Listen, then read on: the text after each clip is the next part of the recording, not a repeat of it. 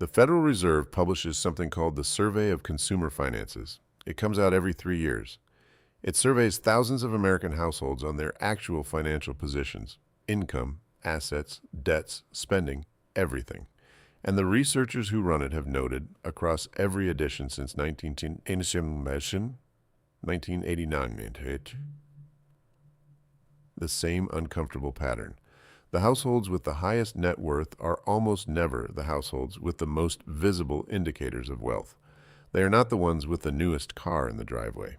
They are not the ones whose kitchen was just renovated. They are not the ones whose credit card statements read like a travel magazine. The richest Americans, statistically, look ordinary. Unremarkably, boringly, confusingly ordinary. And that is not a coincidence.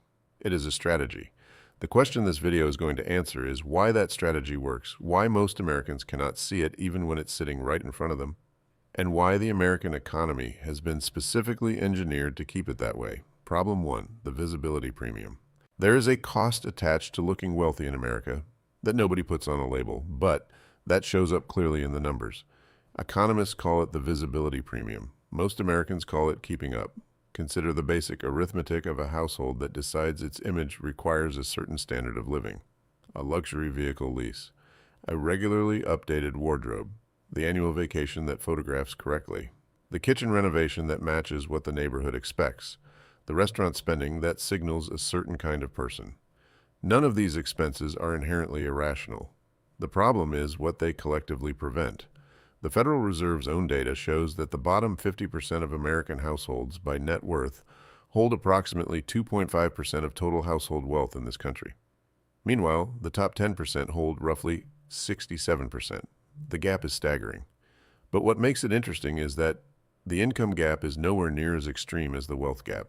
A household earning $120,000 a year is not earning 27 times what a household earning $45,000 earns.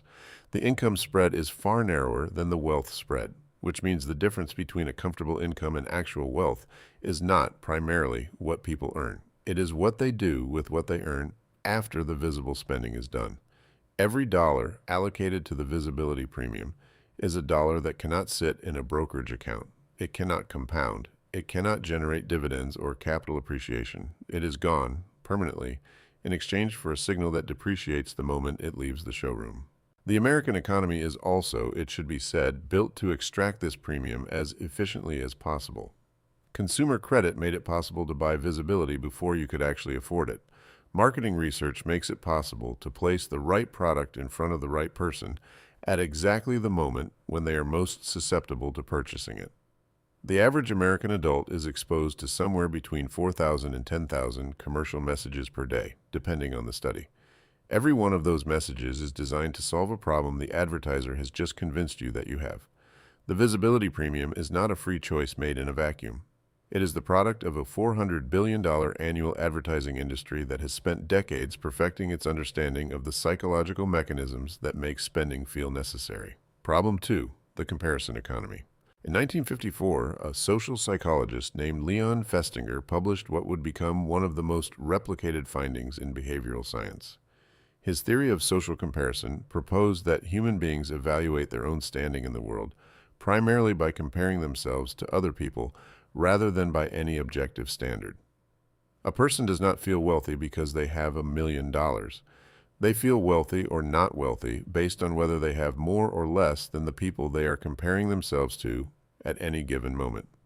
This is not a character flaw. It is a feature of human cognition that served its original evolutionary purpose.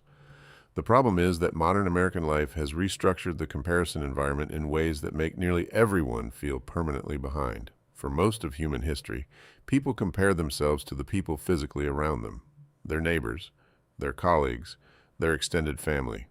The comparison set was small and roughly similar to their own actual circumstances. Then came television, which expanded the comparison set to include actors playing wealthy characters. Then came social media, which compressed the comparison set down to a curated highlight reel of the most aspirationally expensive moments of thousands of people simultaneously.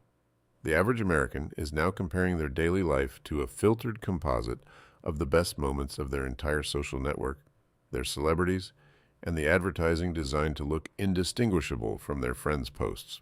The result is a chronic sense of relative deprivation, even among people who are, by any historical or global standard, extraordinarily well off.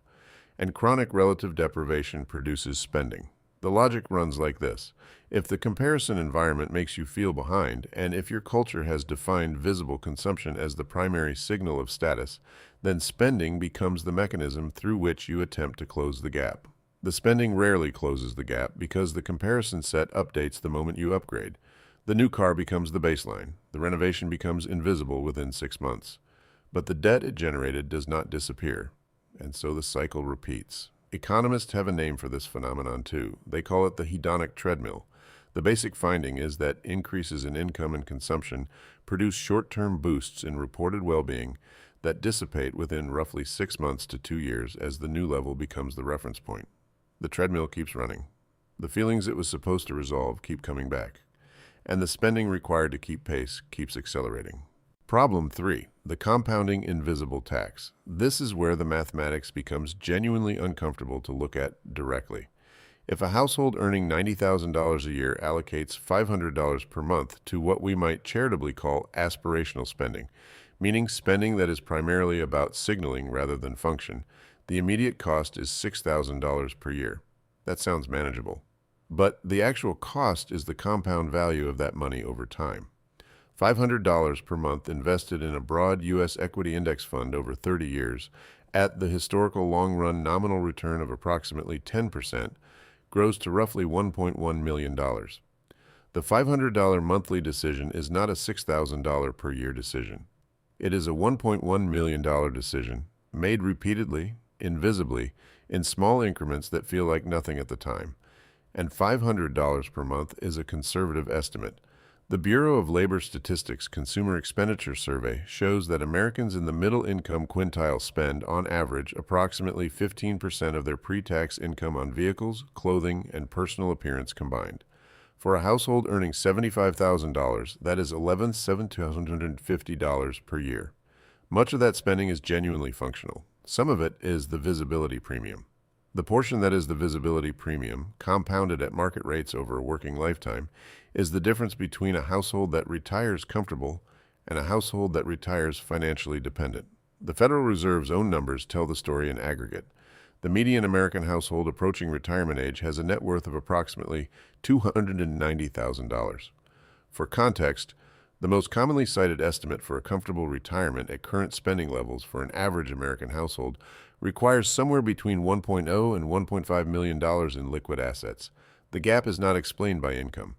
Median household income in America is not dramatically lower than it was 2 generations ago in real terms.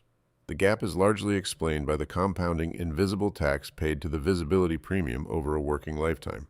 Problem 4. The invisible playbook. Here is what is actually interesting about the households in the Federal Reserve data with the highest net worth relative to income. They are not people who earn dramatically more than their neighbors. They are people who, over time, made a quiet decision about what the money was actually for. The economists who study this segment have found some consistent patterns. The first is what researchers call a low consumption to income ratio. These households save and invest a substantially higher fraction of income than households at similar income levels. Not because they are naturally thrifty, but because they have made a deliberate decision about where the money flows first. The investment contribution happens before the lifestyle spending, not after. The second pattern is a systematic skepticism about recurring expenses. The visibility premium is almost never a single large decision. It is a collection of small recurring decisions that individually feel inconsequential. A subscription here, a monthly payment there, a habit that formed without a deliberate choice being made. The households with the highest wealth-to-income ratios tend to review their recurring expenses with unusual regularity, not because they are cheap, but because they understand that recurring expenses are the mechanism through which the compounding tax is extracted most efficiently. Cut a $200 monthly subscription you no longer value, and you have not saved $200. You have redirected $200 per month toward compounding. Over 30 years at market rates, that single decision is worth roughly $450,000. The third pattern is the most counterintuitive. These households spend generously on things that generate long-term value in their lives, whether that is education, health, experiences that genuinely matter to them, or time. What they systematically refuse to spend on is the performance of wealth, the appearance, the signal, the validation from strangers. Because they have made the observation that the people they are signaling to are, in almost every case, not thinking about them. They are too busy managing their own performance. The quiet irony of the American wealth landscape is that the people who have actually built substantial net worth tend to look like they haven't. The person in the understated car, the person in the modest house in the decent neighborhood, the person who does not mention what they have invested, who does not signal what they have built, who is not performing financial success for an audience that will not remember the performance 6 months from now. These are, statistically, the households the Federal Reserve data identifies as having actually won. The rest of the game, the one most Americans are playing, is expensive to enter, exhausting to maintain, and mathematically designed to prevent exactly the outcome it claims to advertise. Understanding how that system works is the first step to choosing not to play it, and understanding money is your best defense.